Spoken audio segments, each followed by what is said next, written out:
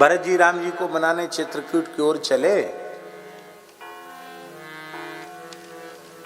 तो माताओं को तो पालकी पे चढ़ा दिया, गुरुजी को रथ में बिठा दिया और सबको वाहनों पर बिठा दिया, और स्वयं भरत जी बिना पदत्राण के नंगे पैर ही भरत जी चल रहे हैं, और सुकोमल श्री चरण हैं, उनमें छाले पड़ गए,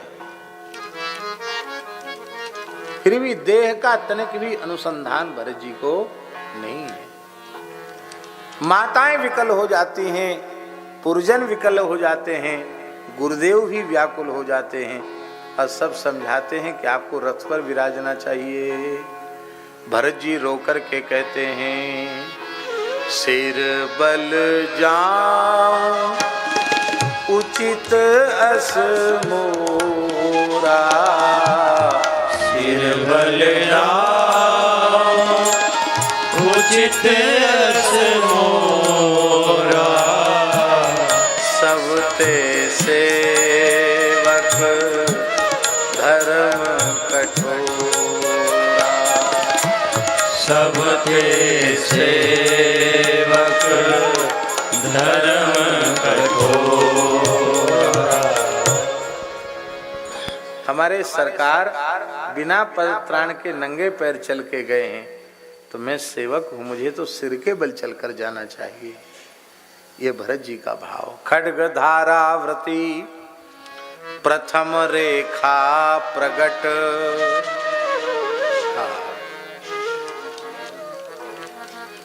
ऐसे श्री भरत जी महाराज हैं। यदि सेवा भाव के, सेवा रस के रसिक भक्तों की सूची तैयार की जाए, जिनमें स्वसुख की गंध भी न हो, युगल का सुख ही जिनका सुख हो, ऐसे लोगों की यदि सूची तैयार की जाए तो गोस्वामी जी कहते हैं प्रथम रेखा प्रगट, रेखा खींची जाए कि 1 2 3 4 5 6, तो उसमें जो एक रेखा होगी, पहली रेखा होगी सेवा भाव की, वो पहली रेखा का नाम है प्रेम मूर्ति श्री भरत जी महाराज। प्रथम रेखा प्रकट शुद्धमति युवती, पति प्रेम पागी। धन्य है गोस्वामी जी का कवित्व और धन्य है उनकी भावधारा। कितनी अद्भुत बात कहते हैं। वो कहते हैं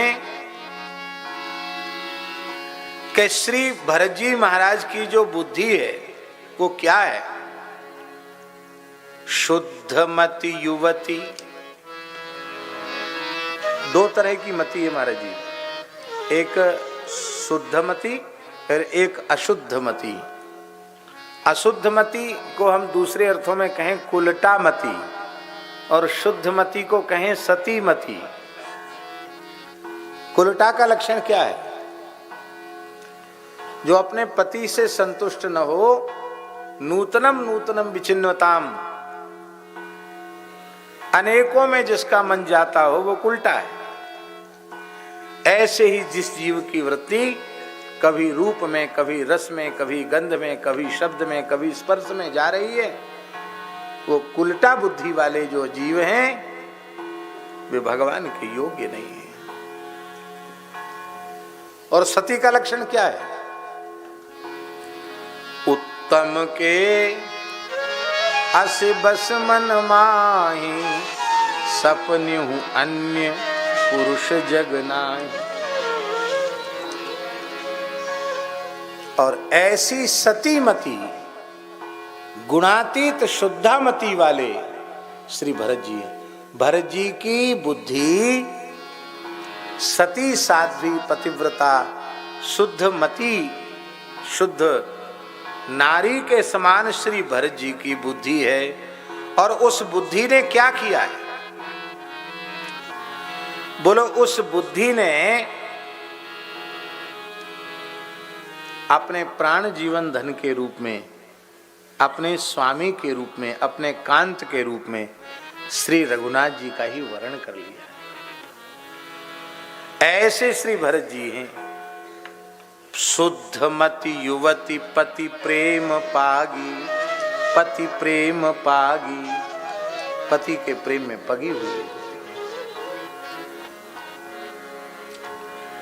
एक विशेष बात है,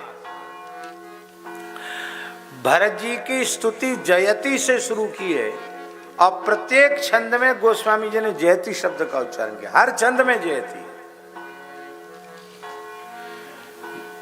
जयति भूमि जा रमण पहला छंद। दूसरा जयत विबुधेसि धनदादि दुर्लभ दूसरा छंद। तीसरा जयति निरूपाधि तीसरा छंद। जयति निरूपाधि भक्ति भाव यंत्रित हृदय बंधुहित चित्रकूटाद्रिचारी पादुका नृप सचिव पुहुमि पालक परम धर्म धुर धीर वर वीर वारी।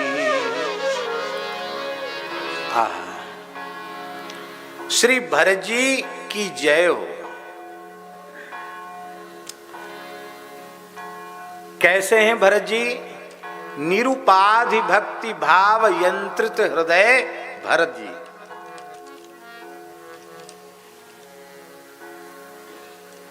उनका जो अंतःकरण है, हृदय है,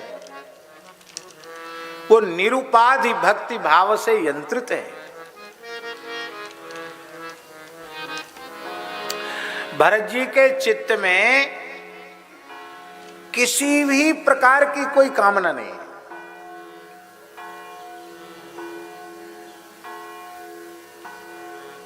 भरत जी न लोक की कामना है न परलोक की कामना है, क्योंकि वे स्वयं ही तीर्थराज प्रयाग में जब पहुंचे हैं, आगे आप सुनेंगे, भरत जी ने कहा क्षत्रिय को भिक्षा नहीं मांगना चाहिए।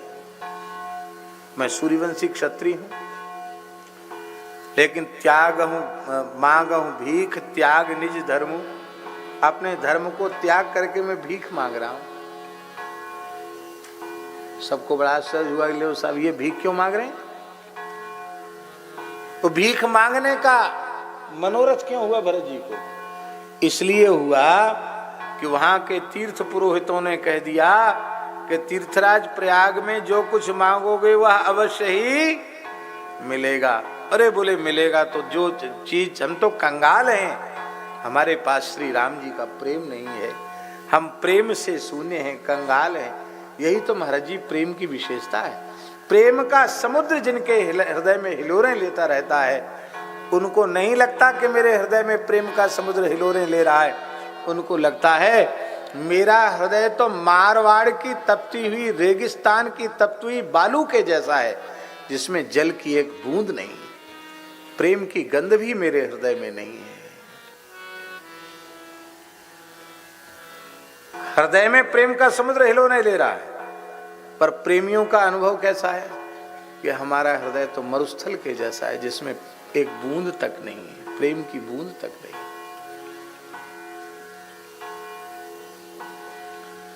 और जिनको ये लगता है कि अरे हम तो बड़े प्रेमी हैं, क्यों इतने लोग हमको प्रेमी कहते हैं, रसिक कहते हैं, महात्मा कहते हैं, अनुरागी कहते हैं, तो हम तो हैं ही। एक भाव है, पंक्ति मुझे स्मरण में नहीं है, श्री सेवक जी महाराज की पंक्ति है, उसका भाव ये है, वो कहते हैं कि बड़ी विचित्र स्थिति है कि हर व्यक्ति यही चाहता है कि सब लोग हमसे महान रसिक कहें कि बड़े रसिक हैं, बड़े रसिक हैं, और उनको रसिक न कहा जाए तो वे बुरा मानते हैं कि अरे हम इतने दिन से वृंदावन में बस रहे हैं, इतना भजन साधन कर रहे हैं, फिर भी हमको रसिक नहीं कहा जा रहा है। वस्तुतः जो रसिक होते हैं वे तो रोते हैं कि हमें, हमारे पास तो रस की बूंद की क्या चले, उसकी गंध तक नहीं है। और जिन्हें ये होता है कि हम तो बड़े प्रेमी हैं, बड़े अनुरागी हैं, वे रसिक हैं, वो प्रायः धोखे में ही रहते हैं, भ्रम में ही रहते हैं। हाँ हाँ, भरत जी की भक्ति कैसी है? हाँ, भक्त भरत जी के अंतःकरण में प्रेम का समुद्र तरंगायित हो रहा है और उनको लगता है कि मैं ही एकमात्र संसार में ऐसा हूं जिसके हृदय में श्री सीताराम जी के चरणों में तनिक भी अनुराग नहीं है। आज पुरोहित जी ने ठीक कर दिया, अवसर अच्छा है, चूक गए तो चूक गए। बोले हम तो जरूर मांगेंगे। अरे भाई, आप चक्रवर्ती सम्राट, इस समय तो कार्यवाहक तो आप ही हैं, आप क्या कर रहे हो? भरत जी ने किसी की नहीं सुनी। क्या कहा भरत जी ने? अर्थ न धर्म न काम रुचि, गति न चाहो निर्वाण, जन्म जन्म रति राम पद, यह वरदान नाम। सीताराम चरण रति मोर, अनुदिन बढ़ाऊं अनुग्रह तोरे। सीताराम चरण रति मोरे, अनुदिन अनुग्रह तोरे।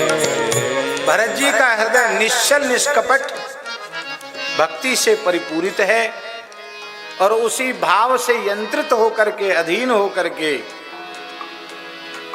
अपने प्राण प्रिय श्री रघुनाथ जी को चित्रकूट से लाने के लिए श्री भरत जी पैदल चल करके चित्रकूटाद्रिचारी। और कैसे हैं भरत जी? बोले जयति संजीवनी समय संकट, हनुमान धनुष महिमा, पादुका नृप सचिव। और कैसे हैं भरत जी? भरत जी प्रेमी का एक वैशिष्ट्य है, हृदय में प्रेम न हो तो संपूर्ण चेतन अचेतन के आश्रय जो भगवान हैं वे सामने प्रत्यक्ष हों तो भी उनसे कोई लाभ नहीं ले पाएगा। यदि हृदय में प्रेम न हो तो कृष्णावतार में देख लो, रामावतार में देख लो, प्रेमियों ने ही लाभ लिया। जो असुर थे वो तो भगवान को भगवान माने ही नहीं।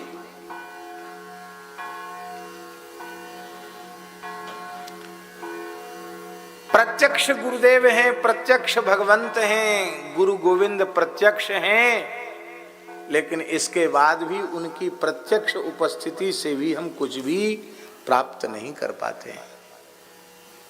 तो परोक्ष उपस्थिति से तो करेंगे क्या?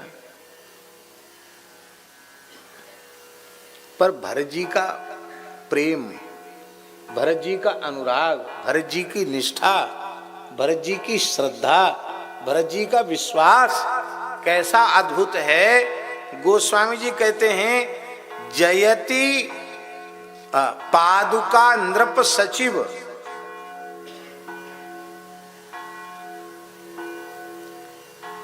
रघुनाथ जी ने जो पादुका प्रदान की हैं उन पादुकाओं को मस्तक पर लेकर भरत जी पधारे हैं और सिंहासन पर पादुका जी को विराजमान किया है और विराजमान करके यही राजाधिराज हैं।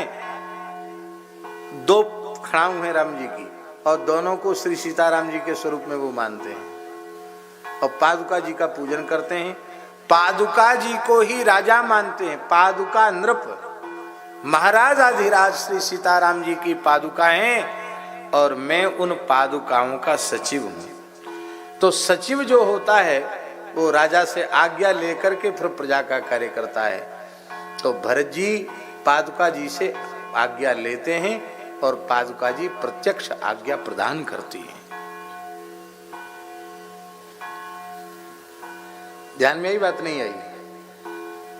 हम प्रत्यक्ष विराजमान हैं, उनसे लाभ नहीं ले पा रहे, ना गुरु का ना गोविंद का लाभ। और वो पादुका जी से वही लाभ ले लेते हैं जो प्रत्यक्ष श्री सीताराम जी का लाभ है।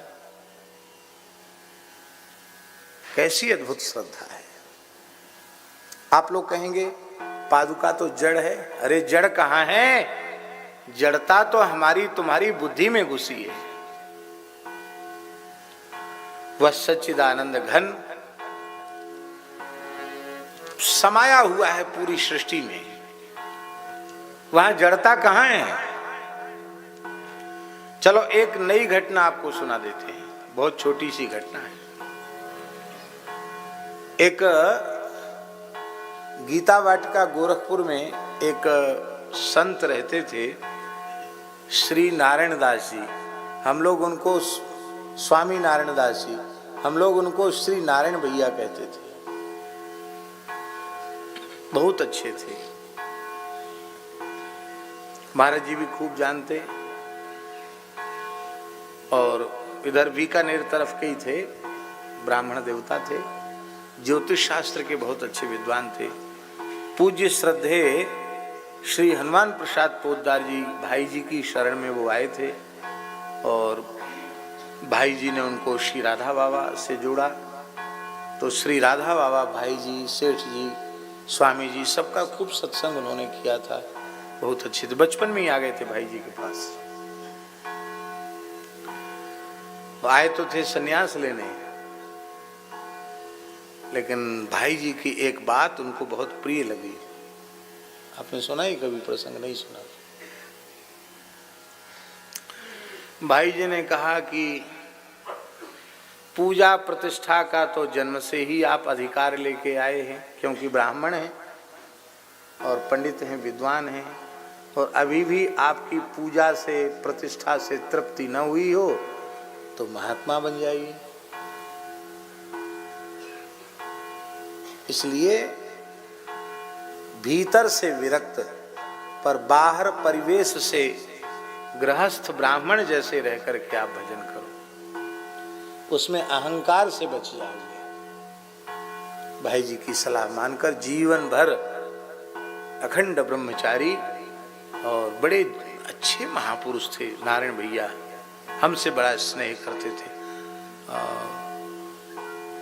हम लोग तो उनके साथ इतनी बातचीत भी खूब बात करते थे। भाई जी, सेठ जी, बाबा, इन्हीं सब की बात करते थे, संस्मरण सुनाते थे। जो प्रत्यक्ष जिन घटनाओं के वे दर्शी थे, तो रात को 12-12 बजे 1-1 बजे तक सुनाते थे जब हम गीता वाटिका जाते। बहुत अच्छे थे। तो श्री राधा बाबा ने नारायण भैया जी को एक साधन बताया कि तुम भाई जी के षोडश गीत का पाठ वृंदावन में जाकर, नियम बताया कि इस नियम से तुम बिहारी जी के मंदिर में जाकर पाठ करो षोडश गीत का। वो करने लगे पाठ। अब उस जमाने में बिहारी जी में आज जैसी भीड़ नहीं होती थी, कम भीड़ होती थी, लेकिन भीड़ तो थी ही। अब वो जहां बैठे वहीं समस्या। जो मंदिर के सेवक गण हैं वो सब जगह रोज नहीं बैठने देंगे आपको। 1-2 दिन बैठ गए तो बैठ गए। यहाँ क्यों बैठा, यहाँ से उठो, वहां चलो, वहां से उठो। अब पाठ ही नहीं कर पाए, बड़े दुखी हो गए कि पूज्य श्री राधा बाबा की आज्ञा है पाठ करने की, और यहाँ तो पाठ ही नहीं हो पा रहा हमारा। पाठ भी बड़ी संख्या में बताया था बाबा ने, तो बड़े दुखी हो गए।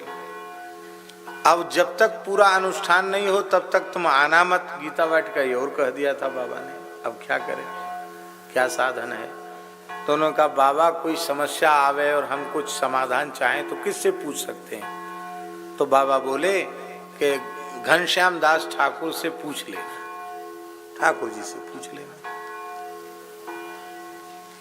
तो ठाकुर श्री घनश्याम जी बहुत अद्भुत महापुरुष थे, वो भी बड़े भक्त थे। पंडित जी ने लिखा है, मैं तो ठाकुर घनश्याम को बाल संत मानू हूं, ये पंडित जी ने उनके बारे में लिखा है। अद्भुत महापुरुष थे। तो ठाकुर जी से उन्होंने समस्या बताई। बाबा ने कहा कि कोई समस्या हो तो ठाकुर जी से कह देना। तो उन्होंने कहा कि ठीक है, हम बाबा से पूछ के बताएंगे। तो उन्होंने सोचा कि शायद ये जाना होगा इनको गीता वाटिका, जाएंगे वहां से चर्चा करके पूछ के बताएंगे। लेकिन उन्होंने एक विचित्र बात कही कि हम रात में पूछेंगे बाबा से और कल आपको बता देंगे। मन में सोचने लगे कि रात को पूछेंगे और सवेरे बता देंगे, क्या ठाकुर जी कह रहे थे? तो पूछना तो चाहिए सवेरे चल के।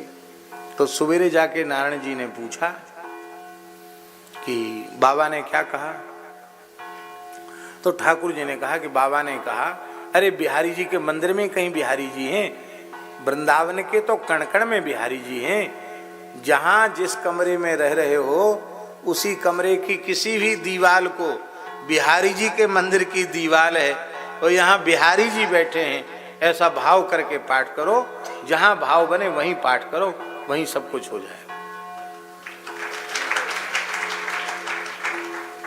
उनको समाधान तो हो गया, लेकिन उन्होंने कहा कि ठाकुर जी मुझे अविश्वास तो नहीं, हमें तो समाधान हो गया, लेकिन आपने कैसे बाबा से संपर्क स्थापित किया और बाबा ने कैसे आपको ये बात कही?